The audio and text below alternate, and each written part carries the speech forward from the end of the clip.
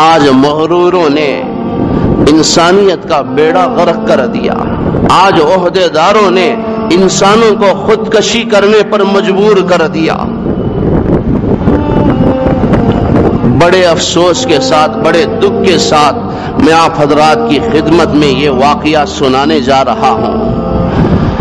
کبھی 1450 سال کے طویل عرصے میں ہم نے کبھی ایسے واقعات کو نہیں سنا، کبھی یہ حالات پیش نہیں آئے، اور آپ نے بھی نہیں سنا ہوگا.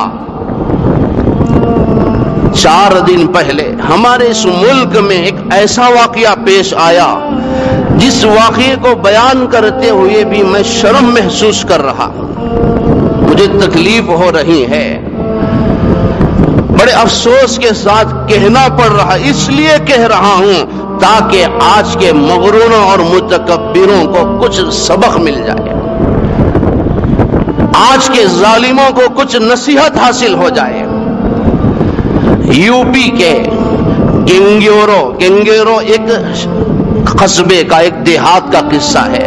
آپ نے بھی سنا ہوگا، اخبارات میں بھی اس کے چرچے ہوئے، سوشل میڈیا پر اس واقعے کا خوب چرچا ہوا، اس واقعے کو خوب تشہیر کی گئی.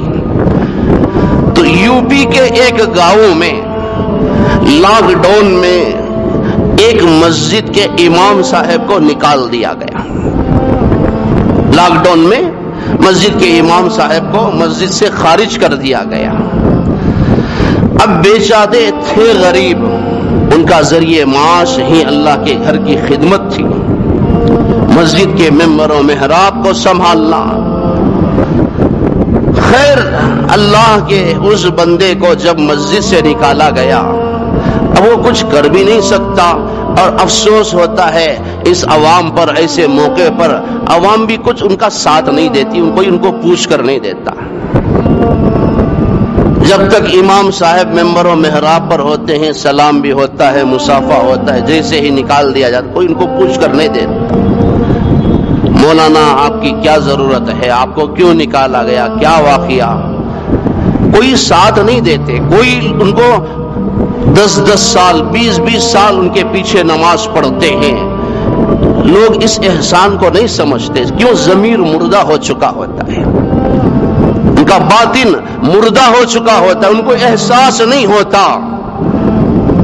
لیکن جس بندے کو نکالا جاتا ہے اس کے دل پر جو تکلیف ہوتی ہے، جس طرح اللہ کے رسول کو مکے سے نکالے جانے پر تکلیف ہوئی، آپ نے آنسو بہائے. لیکن آج کے ائمہ رو تو لیتے ہیں لیکن آنسوؤں کو امت کے سامنے ظاہر نہیں کرتے. اللہ کا وہ بندہ چلا گیا، 6-7 مہینے کا ایک طویل عرصہ گزرا، گھر میں فاقوں پر فاقے، تکلیف پر تکلیف. جو ساری تفصیلات آئی تھی اسے میں بیان کر رہا ہوں. اور تھے امام صاحب کے 5 بچے، ایک بیٹی، 4 لڑکے، 1 لڑکی. اب بیچارہ کب تک دھکے کھاتا؟ شاید بہت کئی جگہ اس نے جا کر کام مانگا ہوگا، کئی جگہ خدمت کو اس نے پوچھا ہوگا. چونکہ آج اکثر و بیشتر ہمارے مساجد پر ظالموں کا تسلط ہے، ظالم عہدے دار بیٹھے ہوئے ہیں. اس کی وجہ یہ ہے کہ شاید وہ اس بندے نے، اسے احساس کمتری کا اسے احساس ہوا ہوگا، اسے اپنی ذلت محسوس ہوئی ہوگی. میں حافظ قرآن ہوں، میں عالم دین ہوں، اس کے باوجود کیوں میرے ساتھ ایسا ہوتا ہے؟ اب وہ مجبور ہو گیا. کب تک اوروں سے قرضے مانگتا، کب تک اوروں سے مدد مانگتا؟ اللہ کا وہ بندہ تھا بڑا غیرت مند، اس نے بھوک میں، فقیری میں زندگی گزاری، لیکن کبھی وہ اوروں پر بوجھ بن کر نہیں رہا. اس نے فقر و فاقے تو کاٹے، مجھے رشک آتا ہے اس عالم دین پر، لیکن اس نے بچوں کو حرام نہیں کھلایا. وہ چاہتا تو کسی مسجد اور مدرسے کی رسید بک بنا کر جا کر چندے کر کے کھا لیتا. آج بہت سارے لوگ جی رہے ہیں، لیکن اللہ کے اس بندے پر مجھے رشک آتا ہے، اس نے چوری نہیں کی، خیانت نہیں کی، حرام نہیں کیا، حرام لقمے بچوں کو نہیں کھلائے، اتنا مجبور ہوا۔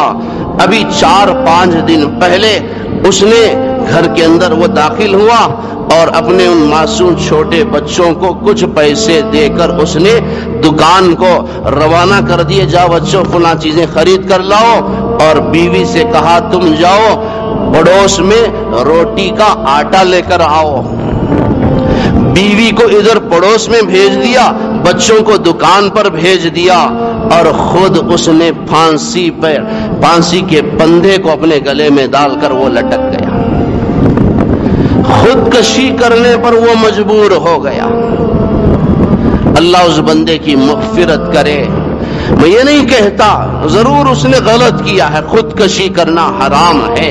اللہ کے رسول نے فرمایا ہے جب تم پر فقیری آئے، فقر و فاقے آئے تو میری زندگی کو یاد کرو، میری فقیری کو یاد کرو، مجھ سے بڑا فقیر میری امت میں کوئی نہیں ہوگا۔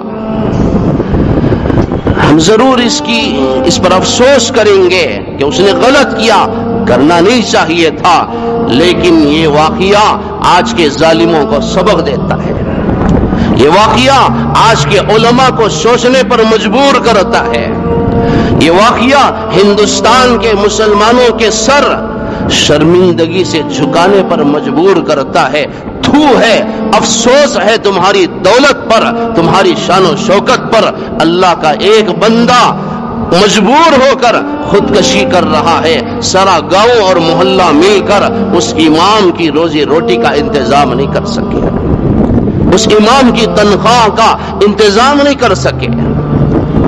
میری بات کا یقین کریں، آج بھی بہت سارے علماء ایسی قسم پرسی کی زندگی گزار رہے ہیں، لیکن کب احساس ہوگا قوم کو، کب احساس ہوگا ظالم ذمہ داروں کو، کب احساس ہوگا ان مساجد کے عہدوں پر بیٹھ کر اپنے عہدے کا غلط استعمال کرنے والوں کو، کب قوم جاگے گی؟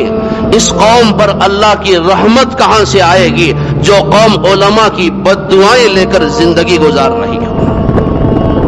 مجھے اس کی کوئی پرواہ نہیں کہ کون میرے اس بیان کا کیا مطلب لیتا ہے، مجھے افسوس ہے اس بات پر۔ آج تمہیں عہدے کا زام ہے، تم اپنے عہدوں کی آڑ میں خادموں پر ظلم کرتے ہو، ائمہ کے حقوق ضائع کرتے ہو۔ آج قوم، اللہ خامخواہ اس قوم کو اسی ذلیل نہیں کر رہا، یہ حالات ہیں، ان کی یہ حرکتیں ہیں جو آسمان سے لعنت کو اتار رہے ہیں۔ اللہ تعالی ہدایت نصیب فرمائے دور حاضر کے ظالموں کو، ان شیطانوں کو اللہ نیک ہدایت نصیب فرمائے۔ افلا يعلم اذا بعثر ما في القبور وحصل ما في الصدور۔ قرآن کہتا ہے کس عہدے پر تو زعم کرتا ہے، کن کپڑوں کو پہن کر تجھے فخر ہے، کس کرسی پر بیٹھ کر تو ناز محسوس کر رہا ہے، یاد رکھ لے تیری حیثیت بدلنے والی ہے، تیرا جسم مردہ ہونے والا ہے، تیرے کپڑوں کو پھاڑ کر تیری اوراد نکالے گی۔ جب تیرے گھر میں تیرا انتقال ہوگا، حرام اور حلال کی پرواہ کیے بغیر جو گھر تو نے بچوں کے لیے تعمیر کیا تھا، وہ بچے ایک دن بھی تیری لاش تیرے اس اپنے گھر میں رکھنے کے لیے تیار نہیں ہوں گے۔ یاد رکھ لے تیری حیثیت بدلنے والی ہے، تیرے انگوٹھے باندھے جانے والے ہیں، تیرے ناک میں روئی ڈھونسی جانے والی ہے، تیرا جنازہ اٹھنے والا ہے۔ کن کپڑوں پر تو زعم کرتا ہے، کس عہدے پر تو فخر کرتا ہے، یاد رکھ لے وہ دن آنے والا ہے تیرا کفن بھی تیرے بدن سے اتار لیا جائے گا، اللہ تجھے ننگا اٹھائیں گے۔ جب تک دنیا میں رہے عزت کی زندگی گزار، اوروں کی بد دعائیں لے کر کیوں زندگی گزارتا ہے؟ ہماری قوم کے لیے یہ واقعہ شرمسار کرنے کے لیے کافی ہے۔ جو قوم اپنے امام کی تنخواہ کا انتظام نہیں کر سکتی، اس قوم کو عزت کی زندگی گزارنے کا کیا حق حاصل ہوگا؟ کہیں غیروں کو اس واقعے کی اطلاع نہ ہو جائے۔ جائیں، میں تو ہمیشہ کہا کرتا، جا کر مندر میں کھڑے ہو کر دیکھیں کبھی وہ لوگ اپنے آقاؤں کی، اپنے اماموں کی، اپنے سامیوں کا کتنا احترام کرتے ہیں۔ قرآن کی حدیث کی باتیں اگر سمجھ میں نہیں آتی تو کم سے کم پجاریوں سے تو عبرت حاصل کرو۔ الفاظ سخت ہوں گے، مضمون سخت ہوگا، مجھے امید ہے میری یہ بات دور دور تک جائے گی، کیونکہ میں جانتا ہوں اللہ کے بہت سارے بندے اس عنوان کو سنتے ہیں، لیکن اللہ کے گھر میں بیٹھ کر میں قسم کھا کر کہتا ہوں، اسی لیے میں یہ باتیں عرض کر رہا ہوں تاکہ آج کے ظالموں کو نصیحت حاصل ہو۔ اللہ کرے کہ مجھے اپنے مقصد میں کامیابی حاصل ہو، اللہ مجھے بھی سمجھائے، اللہ قوم کو بھی سمجھنے کی توفیق عطا فرمائے، اللہ تعالیٰ دور حاضر کے فرعونوں اور ظالموں کو اللہ تعالیٰ ہدایت دے یا ہلاکت دے دے۔ اگر اللہ کے علم میں ہدایت ہے تو ان کو ہدایت نصیب ہو۔ بہت افسوس ہے، آج حالات کچھ ایسے ہیں کہ آج تمہارے فخر اور تکبر کی وجہ سے ایک حافظ قرآن ذلت محسوس کر کے خودکشی کرنے پر مجبور ہو رہا ہے۔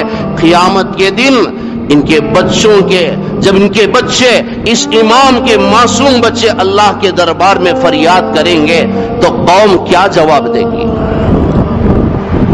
اس امام کی بیوہ اللہ کے دربار میں ان ظالم ذمہ داروں کی شکایت کرے گی تو یہ ظالم ذمہ دار اللہ کے دربار میں کیا جواب دیں گے؟ کچھ تو سوچو، کچھ تو سدھرنے کی کوشش کرو۔ اللہ نے موقع دیا ہے تو متکبر مغرور فرعون بن کر نہ چلو۔ اچھے اچھے فرعونوں کو اللہ نے پانی میں ڈبویا ہے، تمہاری کیا اوقات ہے، کس حیثیت کے، تمہاری کیا اوقات ہے اللہ اس کے رسول کی نگاہ میں۔ میں آپ حضرات سے عاجزانہ گزارش کرتا ہوں، جہاں آپ اوروں کے حقوق کی فکر کرتے ہیں وہیں اللہ کے گھر کی بھی فکر کرو، اللہ کے گھر کے خادموں کی فکر کرو، علماء، حفاظ، ائمہ، مدارس میں پڑھانے والے مدرسین کی فکر کرو۔ ان کا تو ذریعہ معاش یہ ہوتا ہے، وہ فخر و فاقوں کو جھیل کر آپ لوگوں کی خدمت کرتے ہیں، نماز پڑھاتے ہیں، حلال اور حرام کا سبق تمہیں دیتے ہیں، تمہارے بچوں کے کانوں میں اذان دیتے ہیں، تمہارے میتوں کی وہ نماز جنازہ پڑھاتے ہیں، تمہارے بچوں کے نکاح وہ پڑھاتے ہیں، تمہارے دکان اور مکان کی افتتاح کرنے کے لیے وہ دعائیں کرتے ہیں۔ ذرا تم بھی تو سوچو کہ ہم پر بھی ان کا تو کچھ حق ہے، ہم پر بھی ان کی کچھ ذمہ داریاں ہیں۔ کب تک خواب غفلت میں سوتے رہو گے؟ کب تک غفلت کی نیند سوتے رہو گے؟ کچھ تو احساس کرو۔ اللہ تعالی